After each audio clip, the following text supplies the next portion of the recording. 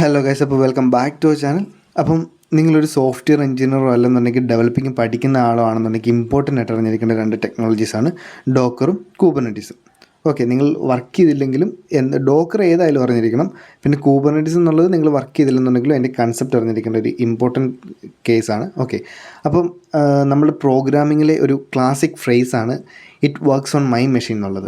അത് നിങ്ങൾ ഡെവലപ്പർ ആണെന്നുണ്ടെങ്കിൽ നിങ്ങൾ പലപ്പോഴും എക്സ്പീരിയൻസ് ചെയ്തിട്ടും ഉണ്ടായിരിക്കും. നിങ്ങളൊരു ആപ്ലിക്കേഷൻ ബിൽഡ് ചെയ്തത് കംപ്ലീറ്റ്ലി നിങ്ങളുടെ സിസ്റ്റത്തിൽ ഫൈനായിട്ട് വർക്ക് ചെയ്യുന്നുണ്ട്. ബട്ട് നിങ്ങളൊരു കോവർക്കറിനോ ഫ്രണ്ടിനോ അയച്ചു കൊടുക്കുമ്പോൾ ആ സാധനം പൊട്ടിപ്പോകുന്നു, വർക്ക് ചെയ്യുന്നില്ല.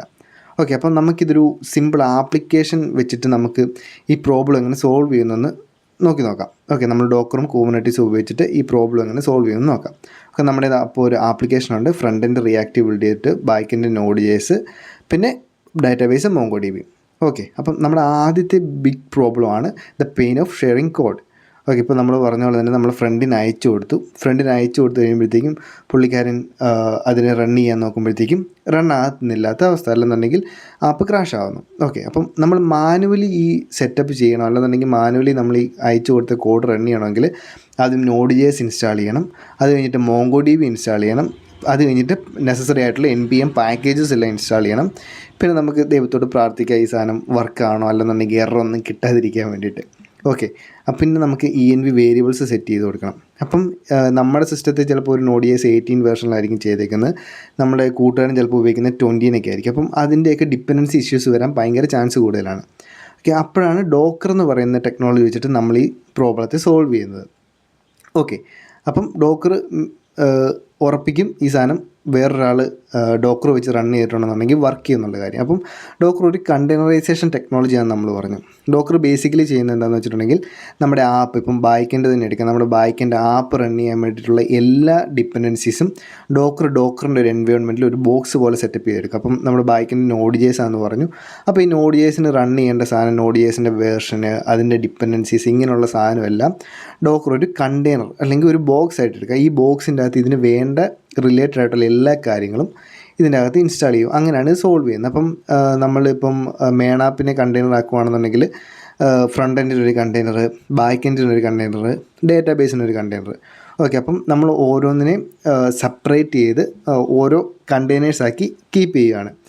ഓക്കെ, അപ്പോൾ ഇത് നോർമൽ ഒരു രീതിയിലാണെന്നുണ്ടെങ്കിൽ ചിലപ്പം നമ്മളിതെല്ലാം ഇൻസ്റ്റാൾ ചെയ്ത് വരുന്ന സമയത്ത് നോഡ് ഇൻസ്റ്റാൾ ചെയ്യണം, MongoDB ഇൻസ്റ്റാൾ ചെയ്യണം, എല്ലാത്തിനും കോൺഫിഗറേഷൻ ചെയ്ത് വെക്കണം.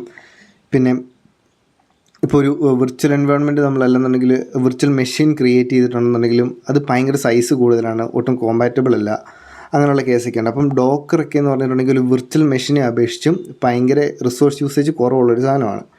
ഓക്കെ, അപ്പം നമ്മൾ ആപ്പ് ഇപ്പം നമ്മുടെ കോഡ് ഇപ്പം കൂട്ടുകാരൻ അയച്ചു കൊടുത്താൽ റണ്ണാകുന്നുണ്ട്, അല്ലെങ്കിൽ ഡിപ്ലോയ്മെൻറ്റ് സമയത്ത് ഡോക്കർ ഉള്ളതുകൊണ്ട് ഒരു കുഴപ്പമില്ലാതെ റണ്ണാകുന്നുണ്ട്. പക്ഷേ നമ്മുടെ അടുത്ത ചലഞ്ചാണ് ഈ ആപ്ലിക്കേഷൻ പക്കായിട്ട് റണ്ണായി ഈ ആപ്ലിക്കേഷൻ്റെ അകത്തോട്ട് കുറേ യൂസേഴ്സ് വരുവാണ്. അപ്പം നമുക്ക് ഈ ആപ്ലിക്കേഷനെ സ്കെയിൽ ചെയ്യണം. സപ്പോസ് നമ്മൾ ആദ്യം ഒരു ബാക്ക്-എൻഡ് സെർവർ വെച്ചിട്ടായിരുന്നു നമ്മുടെ ആപ്ലിക്കേഷൻ റൺ ചെയ്തുകൊണ്ടിരുന്നത്. ആ സമയത്തൊരു 10,000 യൂസേഴ്സ് ഉണ്ടായിരുന്നത് കൂട്ടിയോ. അപ്പോഴത്തേക്കും പെട്ടെന്ന് നമ്മുടെ ആപ്ലിക്കേഷൻ ഭയങ്കര ഫേമസ് ആയി. നമ്മുടെ ആപ്ലിക്കേഷൻ്റെ അകത്തോട്ടൊരു 10 ലക്ഷം പേര് വരുവാണ്, റിക്വസ്റ്റുകൾ അതുപോലെ വരുവാണ്. അപ്പം നമുക്ക് ഇതിന് ഈ ആപ്ലിക്കേഷനെ സ്കെയിൽ ചെയ്യണം. ഓക്കെ, അപ്പോൾ ആപ്ലിക്കേഷൻ സ്കെയിൽ ചെയ്യണമെന്നുണ്ടെങ്കിൽ നമ്മുടെ ബാക്ക്-എൻഡ് സെർവേഴ്സിൻ്റെ എണ്ണം കൂട്ടണം. ഓക്കെ, അപ്പം നമ്മുടെ ചില സമയത്ത് ഇപ്പോൾ സ്കെയിൽ ചെയ്തു, നമ്മളൊരു 10 സെർവർ ഉണ്ടാക്കിയിട്ടു. അപ്പം ചില കണ്ടെയ്നേഴ്സ് ചിലപ്പോൾ ക്രാഷ് ആവാം, അല്ലെന്നുണ്ടെങ്കിൽ ഒരു അപ്ഡേറ്റ് വന്നു, അപ്പം യൂസേഴ്സിന് ഡൗൺ ടൈം കൊടുക്കാൻ നമുക്ക് നമ്മുടെ ആപ്ലിക്കേഷൻ അപ്ഡേറ്റ് ചെയ്യണം, അല്ലെന്നുണ്ടെങ്കിൽ കുറേ റിക്വസ്റ്റ് ഒന്നിച്ച് വന്നു. അപ്പം ഈ കണ്ടെയ്നേഴ്സിൻ്റെ അകത്ത് അല്ലെന്നുണ്ടെങ്കിൽ സെർവേഴ്സിൻ്റെ അകത്തോട്ട് എല്ലാം ലോഡ് ബാലൻസ് ചെയ്യണം. ഏത് റിക്വസ്റ്റ് എങ്ങോട്ട് പോകണം, എത്ര റിക്വസ്റ്റ് ചെയ്ത് കണ്ടെയ്നറിൽ പോകണം എന്നുള്ള കാര്യമെല്ലാം തീരുമാനിക്കണം. അപ്പം നമ്മൾ പറഞ്ഞു കൂബർനെറ്റീസ് ഒരു കണ്ടെയ്നർ ഓർക്കസ്ട്രേഷൻ ടെക്നോളജിയാണ്. ഓക്കെ, അപ്പം ഈ ലോഡ് ബാലൻസ് ചെയ്യുന്നതും അല്ലെന്നുണ്ടെങ്കിൽ ആപ്ലിക്കേഷൻ എന്തെങ്കിലും എറർ വന്നിട്ടുണ്ടെങ്കിൽ അത് ഫിക്സ് ചെയ്യുന്നതും എത്ര സെർവർ റൺ ചെയ്യണമെന്നൊക്കെ തീരുമാനിക്കുന്നത് ഈ കൂബർനെറ്റീസാണ്.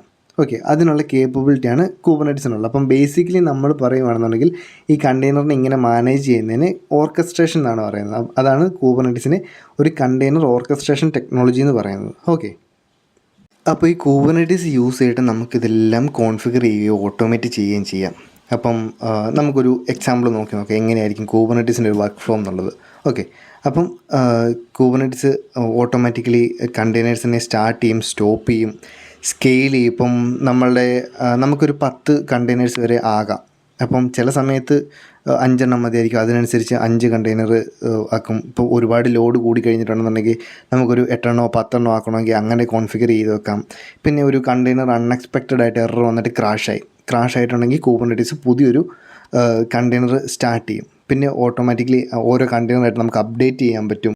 പിന്നെ ലോഡ് ബാലൻസിങ്, ഏത് കണ്ടെയ്നറിലോട്ടാണ് ഇപ്പോൾ ഒരുപാട് ലോഡ് വന്നിട്ടുണ്ടെങ്കിൽ അതിനെ ബാലൻസ് ചെയ്ത് ഓരോ കണ്ടെയ്നറിനകത്തോട്ട് അല്ലെങ്കിൽ സെർവേഴ്സിൻ്റെ അകത്തോട്ട് പാസ് ചെയ്യും. പിന്നെ ഉള്ള കുബർനെറ്റീസിന് ഏറ്റവും വലിയ പ്രത്യേകതയാണ് സെൽഫ് ഹീലിംഗ്. ഇപ്പോൾ ഒരു കണ്ടെയ്നർ ക്രാഷ് ആയി കഴിഞ്ഞിട്ടുണ്ടെന്നുണ്ടെങ്കിൽ കുബർനെറ്റീസ് പുതിയൊരു കണ്ടെയ്നർ അപ്പോൾ തന്നെ സ്റ്റാർട്ട് ചെയ്യും, എന്നിട്ട് ആ പ്രോബ്ലം ഫിക്സ് ചെയ്യും. പിന്നെ ഡോക്കർ എന്ന് പറഞ്ഞിട്ടുണ്ടെന്നുണ്ടെങ്കിൽ ഒന്ന് നോക്കുകയാണെന്നുണ്ടെങ്കിൽ ഡോക്കർ ആപ്ലിക്കേഷൻസിനെ കണ്ടെയ്നേഴ്സ് ആക്കി മാറ്റും. പിന്നെ ആപ്പിനെ നമുക്ക് ഈസി ആയിട്ട് കോഡ് ഷെയർ ചെയ്തിട്ട് അല്ലെന്നുണ്ടെങ്കിൽ ഈ കണ്ടെയ്നർ ഷെയർ ചെയ്തിട്ട് റൺ ചെയ്യാൻ പറ്റും. പിന്നെ കുബർനെറ്റീസ് ആണെന്നുണ്ടെങ്കിൽ കണ്ടെയ്നേഴ്സിനെ മാനേജ് ചെയ്യുന്ന ഓർക്കസ്ട്രേഷൻ ടെക്നോളജിയാണ്. ഓക്കെ, പിന്നെ ആപ്പിനെ ഹെൽത്തി ആയിട്ട് കീപ്പ് ചെയ്യുന്നു, അങ്ങനെയുള്ള കാര്യങ്ങളെല്ലാം കുബർനെറ്റീസ് ചെയ്യും. അപ്പം നമ്മുടെ ഇപ്പോഴത്തെ ഓൾറെഡി ഉള്ള പ്രോബ്ലം എല്ലാം കുബർനെറ്റീസും ഡോക്കറും കൂടെ സോൾവ് ചെയ്തു. അപ്പോൾ ഇനി നമുക്ക് ചെയ്യാനുള്ള നമ്മുടെ ആപ്ലിക്കേഷൻസിനെ കൂടുതൽ സ്കെയിലപ്പ് ചെയ്യാനും അങ്ങനെയുള്ള കാര്യങ്ങളൊക്കെയാണ്. ഓക്കെ, അപ്പം നമ്മുടെ ആപ്പിന് സ്കെയിലിങ്, റിവേഴ്സ് പ്രോക്സി അല്ലെന്നുണ്ടെങ്കിൽ ലോഡ് ബാലൻസിങ്, ഇങ്ങനെയൊക്കെയുള്ള ടോപ്പിക്കിനെ കുറിച്ച് നമ്മുടെ അടുത്ത വീഡിയോ കാണുന്നതാണ്. അപ്പോൾ ഇതുവരെ സബ്സ്ക്രൈബ് ചെയ്യാത്തവരാണെന്നുണ്ടെങ്കിൽ സബ്സ്ക്രൈബ് ചെയ്യുക, വീഡിയോ ഒന്ന് ലൈക്ക് ചെയ്യുക, ഷെയർ ചെയ്യുക.